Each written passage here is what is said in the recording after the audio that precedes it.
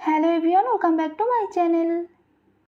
আজকের রেসিপি আলু দিয়ে মুরগির মাংসের ঝোল। চলুন রেসিপিটি দেখে নিই। এখন মুরগির মাংসটা রান্না করে নেব। তার জন্য এখানে একটা প্যানের ভেতর নিয়ে নিয়েছি 5 থেকে 6 টেবিল চামচ তেল। তেলটা ভালোভাবে গরম হয়ে গেলে এর ভেতর আগে থেকে লবণ হলুদ মাখিয়ে রাখা আলুগুলো দিয়ে দিচ্ছি। এখানে দুটো মাঝারি সাইজের আলু এরকম ছোট টুকরো করে কেটে নিয়েছি। আলুগুলো একটু সময় নিয়ে ভালোভাবে ভেজে নিয়েছি। এখন এটা উঠিয়ে অন্য একটা পাত্রে রেখে দিচ্ছি।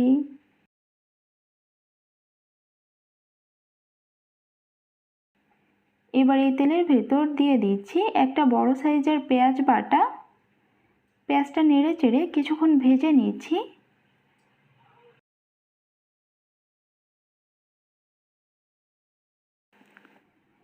পেঁয়াজটা কিছুক্ষণ ভেজে নিয়েছি। এখন এর ভেতর দিয়ে দিচ্ছি 1 টেবিল চামচ আদা বাটা, 2 টেবিল চামচ রসুন বাটা।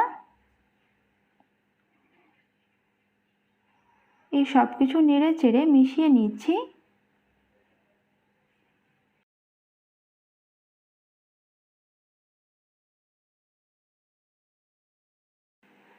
দিয়ে দিচ্ছি পরিমাণ মতো লবণ,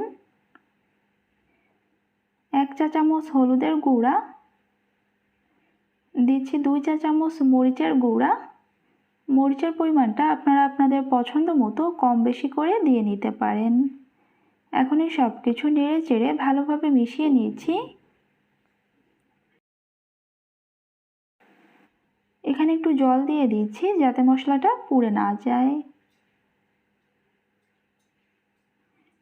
একটু সময় নিয়ে লো আঁচে মশলাটা ভালোভাবে কষিয়ে নিচ্ছি।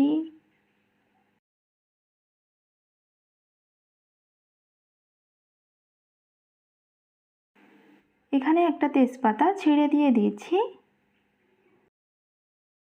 আমি মশলাটা ভালোভাবে কষিয়ে নিয়েছি। এখন এর ভেতর দিয়ে দিচ্ছি আগে থেকে কেটে ধুয়ে পরিষ্কার করে রাখা মুরগির মাংস। এখানে আমি লেয়ার মুরগি নিয়েছি, আর মুরগিটা আমি চামড়া সহই নিয়েছি। এখানে 1 কেজির থেকে একটু কম মাংস আছে। এটা মশলার সাথে ভালোভাবে মিশিয়ে নিচ্ছি।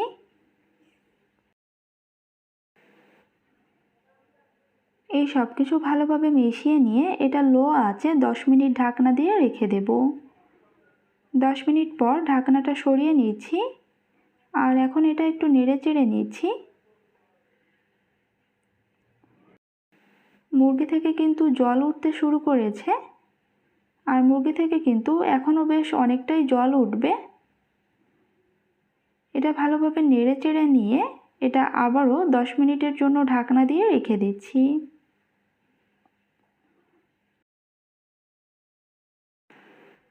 এটা আরও 10 মিনিট ঢাকনা দিয়ে রান্না করে নেওয়ার পর এখন এখানে আগে থেকে ভেজে উঠিয়ে রাখা আলুগুলো দিয়ে দিচ্ছি, আর এখানে কিছু গোটা রসুন দিয়ে দিচ্ছি।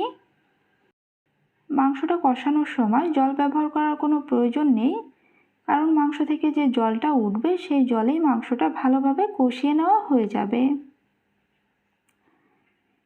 এই সব কিছু ভালোভাবে মিশিয়ে নিয়ে এটা আরও কিছুক্ষণ কষিয়ে নেব।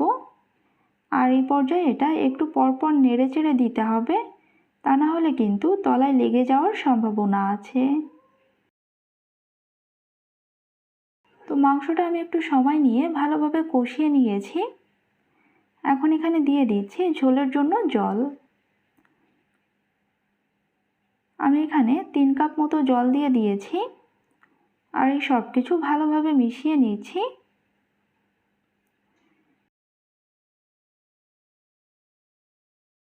এটা মিডিয়াম আঁচে ঢাকনা দিয়ে রান্না করব মাংসটা ভালোভাবে সিদ্ধ হওয়া পর্যন্ত।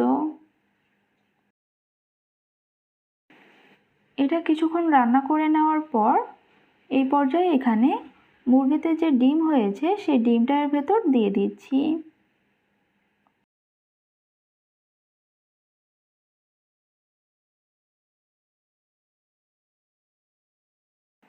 এখানে লবণটা একটু কম হয়েছে, এখানে আমি আরেকটু লবণ দিয়ে দিচ্ছি। লবণটা দিয়ে ঝোলের সাথে ভালোভাবে মিশিয়ে নিচ্ছি। আবারও এটা ঢাকনা দিয়ে রেখে দেব। এই মাংসটা সিদ্ধ হতে একটু বেশি সময় লাগে। আমি এটা প্রায় 25 থেকে 30 মিনিট মতো ঢাকনা দিয়ে রান্না করে নিয়েছি। আর এই পর্যায়ে সব কিছু ভালোভাবে সিদ্ধ হয়ে গিয়েছে। আপনাদের মাংসটা সিদ্ধ হতে কম বেশি সময় লাগতে পারে। এখন এখানে দিয়ে দিচ্ছি গরম মশলা বাটা।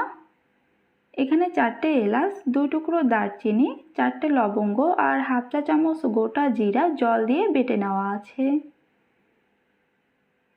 এটা ঝোলের সাথে ভালোভাবে মিশিয়ে নিয়েছি। গরম মশলা বাটাটা দেওয়ার পর এটা আরও 2-3 মিনিট রান্না করে নেব। এটা আরও 2-3 মিনিট রান্না করে নেওয়ার পর ঢাকনাটা সরিয়ে নিচ্ছি। এখন সব শেষে এখানে দিয়ে দিচ্ছি 1 চা চামচ ভাজা গরম মশলার গুঁড়া। ভাজা মশলাটা দিয়ে ঝোলের সাথে ভালোভাবে মিশিয়ে নিচ্ছি। আর রান্নাটা কিন্তু আমার হয়ে গিয়েছে। আমি এটা এতটুকুই ঝোল রাখবো। খুব সুন্দর একটা কালার চলে এসেছে।